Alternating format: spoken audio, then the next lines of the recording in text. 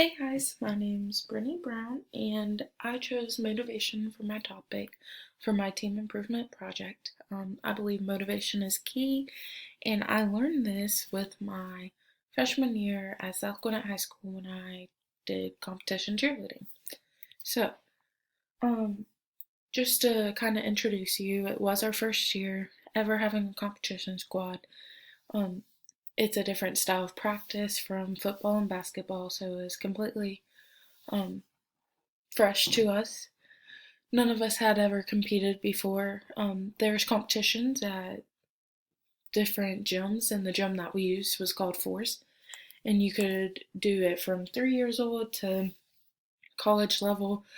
It doesn't matter what school you went to, you could try out and you could make it, and that's that. But none of us had ever done that, so this was new to us.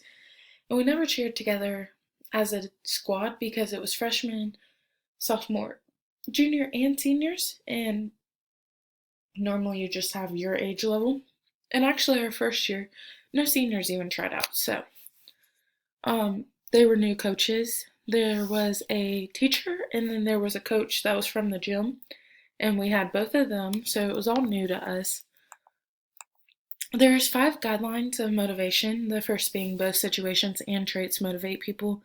The second one is people have multiple motives for involvement. This is basically understanding why people do participate in physical activity.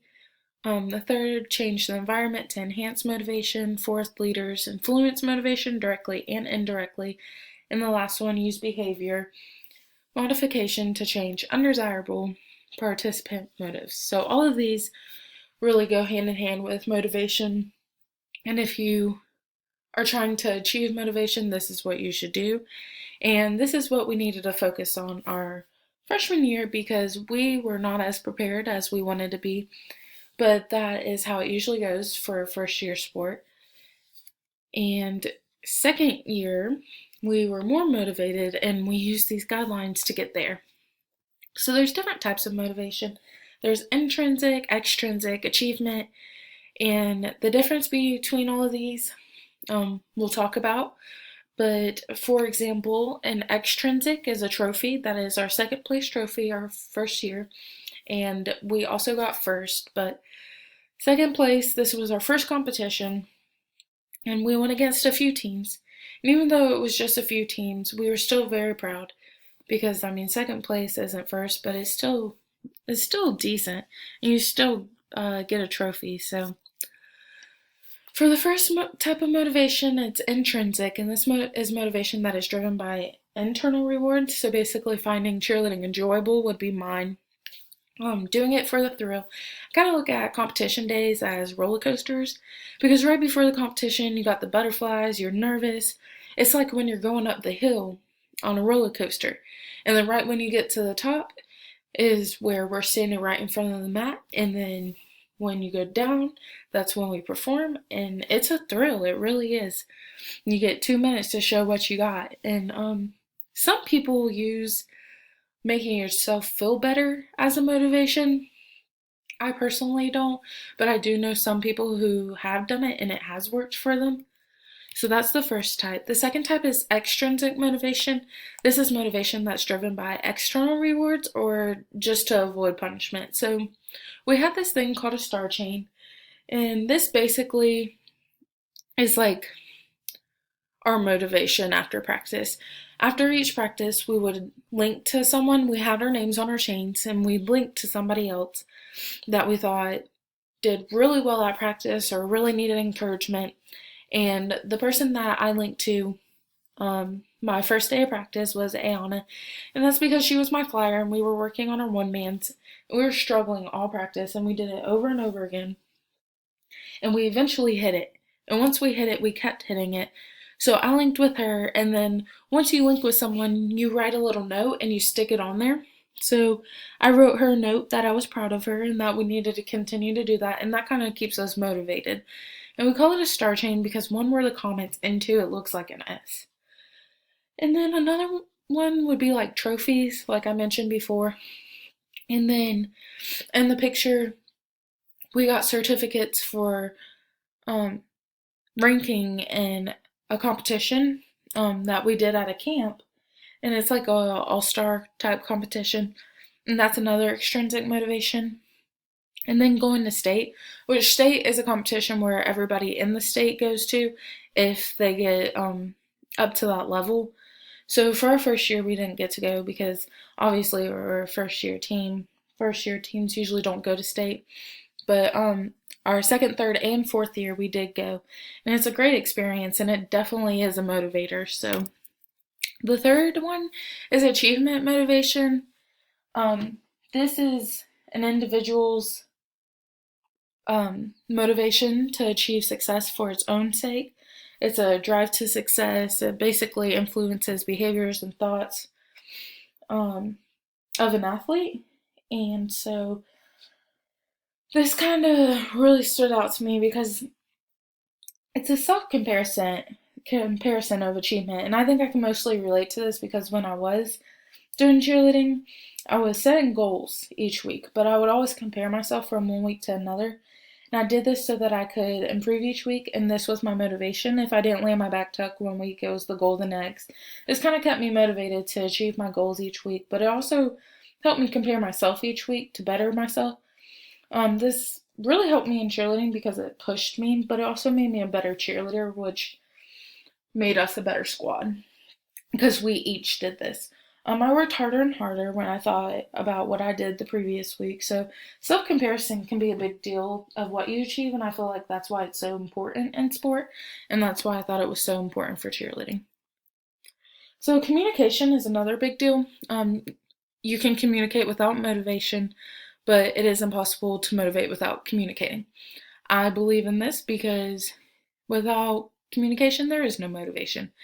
So one major thing when it comes to communication is how you come across, and you have to make very verbal messages clear and concise because if you don't, you're going to bicker. And I experienced this throughout our season because we had so many bickering problems because it was a new squad. We didn't know how to talk to each other. It was frustrating. We were learning new things.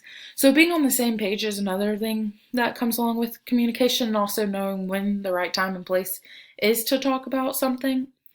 And you also have to understand if you give your opinions, you have to receive them as well. But that's when becoming an active listener comes into play. But you also have to think about your attitude when you talk to someone because if you have a bad attitude, it's going to come across really negative and that won't help the squad at all. And then there's attribution categories. Stability is really just being stable or unstable.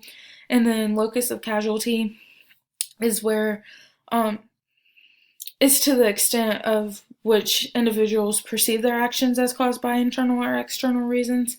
And then locus of control, the internal believes that he or she can influence events and their outcomes, but someone with external locus of control blames outside forces for everything. So in the case of cheerleading, that would be a judge because I'm guilty of it. I'm sure many people are, but of blaming a judge for something that really isn't their fault and that I probably could have controlled. So those are some categories for that. Self-determination. It's a theory of motivation. It's one of the main theories of motivation, and it was actually founded by Edward Deci, and he's a professor of psychology and is very well known for this. But he also has theories on intrinsic and extrinsic motivation that we talked about. And this is basically working on yourself to help the team get better. If you don't work on yourself, then how's the team going to improve? Because even though you're supposed to improve together, you also have to improve individually.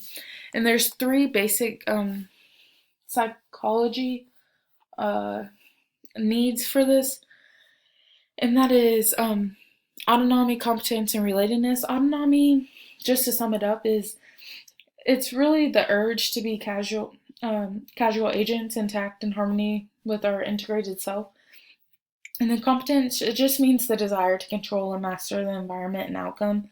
We basically want to know how things turn out and the results of our action. And then relatedness really deals with the desire to interact, be connected to, and experience caring for other people. And this is where we seek to feel that belongingness that we desire in sport. Self-confidence, my favorite quote of all time is, "I don't think it's bragging to say I'm something special." I really like this quote because self-confidence isn't bragging. You have to have self-confidence to succeed in sport because no one's perfect, but perfectionism actually can affect your performance. And it can do it positively or negatively. Positively is if you look at perfectionism as you know you're never going to be perfect, but if you can reach as close as you can to get to perfect, then you'll have that motivation. But if it brings you down, then there's that lack of motivation. So you kind of need to look at it as positively as you can. But you also have to understand feedback and take criticism well. There's also 6 sources of self confidence, and these are very important when it comes to self confidence.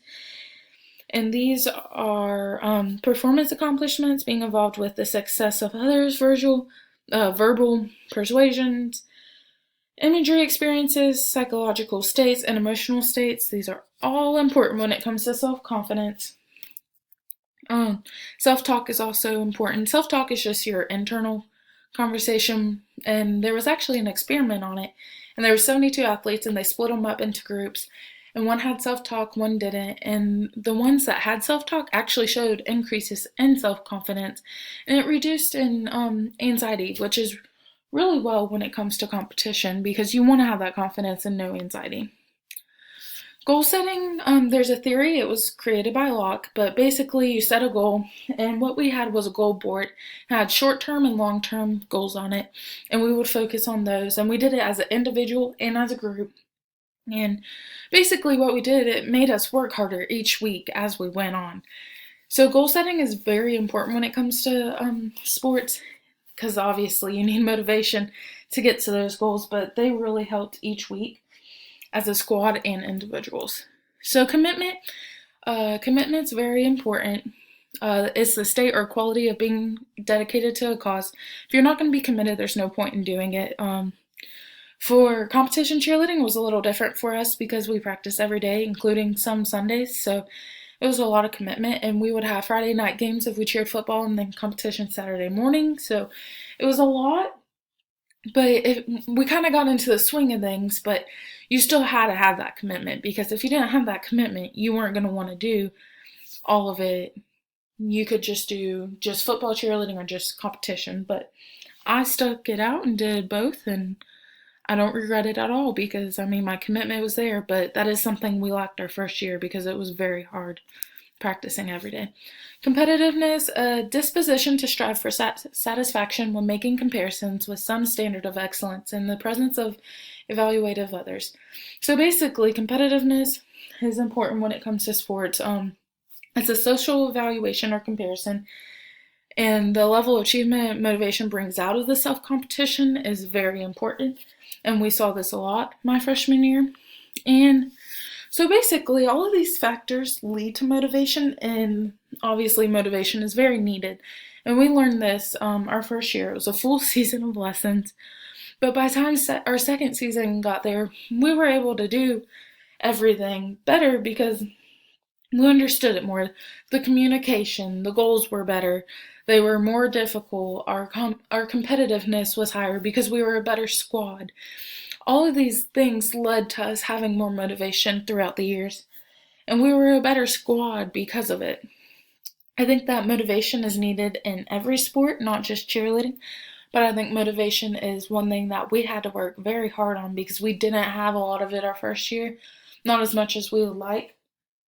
So that is the main thing we focused on when we were getting prepared for our second season because we had no seniors, so we had the same squad the following year, which is a blessing because most of the time you're having to change everything. And these are my references, and that's it.